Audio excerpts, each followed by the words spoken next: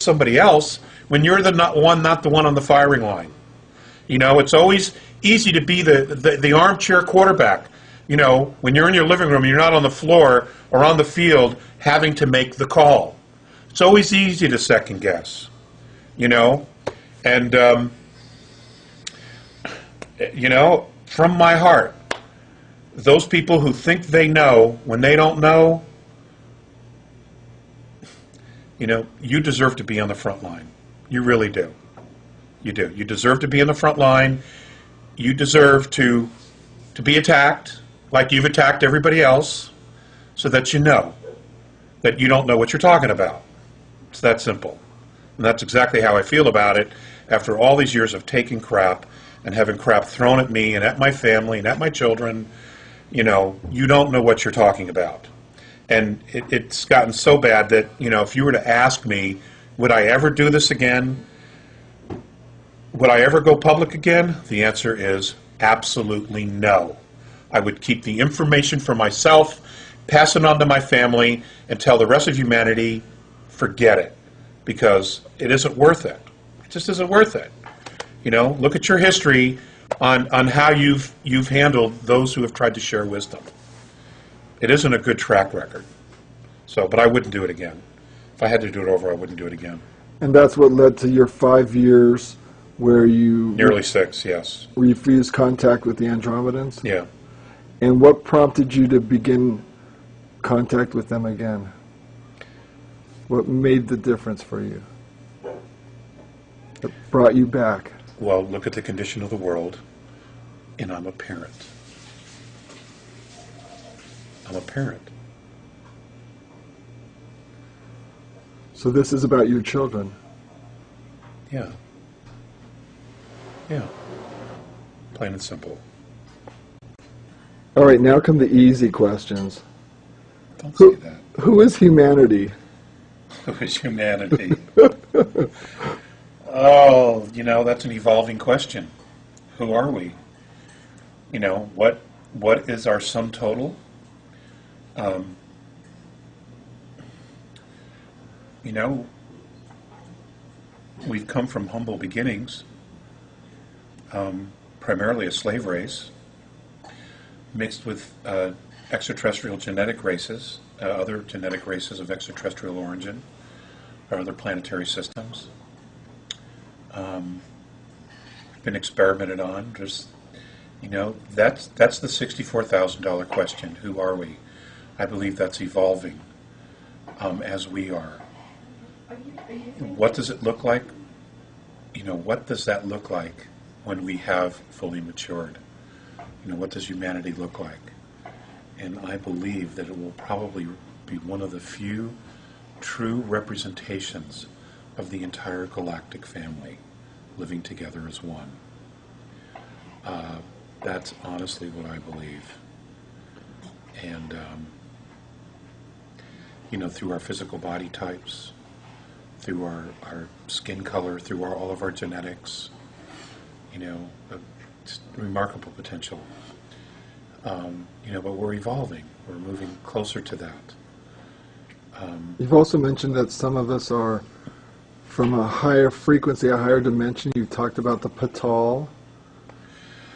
I was told that in the Andromedan perspective, and this information was given to them by more advanced races than their own, in a harmonic or frequency density higher than theirs, that there is speculation that many of the souls on the planet come from a group soul called the Patal, and that group soul were also known in history, in antiquity, galactic antiquity, as the founders, who had moved through all the dimensions, through the different physicalities, and evolved spiritually to get, I guess, to the highest level.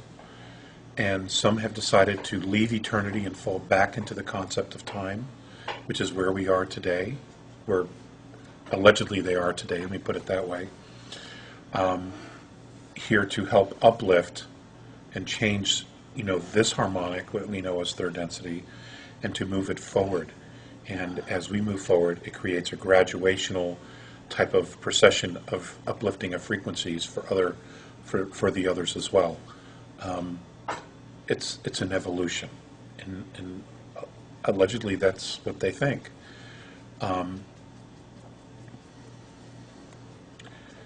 That's a very interesting subject, and I know we're limited on time on the tape, but I've dealt with some of that already in the earlier talks. Let me ask you, some people would say that, we're here because we've made mistakes in the past and we're kind of like spiritual renegades and this is our prison or this is our cell.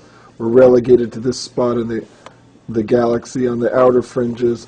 Other people say we're slow learners, we're spiritual idiots, and we've got a lot to learn before we're allowed into this, heart of the galaxy and mix with the other higher frequency races. What have you learned about those concepts? Are those valid or invalid, or what's your opinion? Well, I think if Earth is a prison, it's because we believe it's a prison.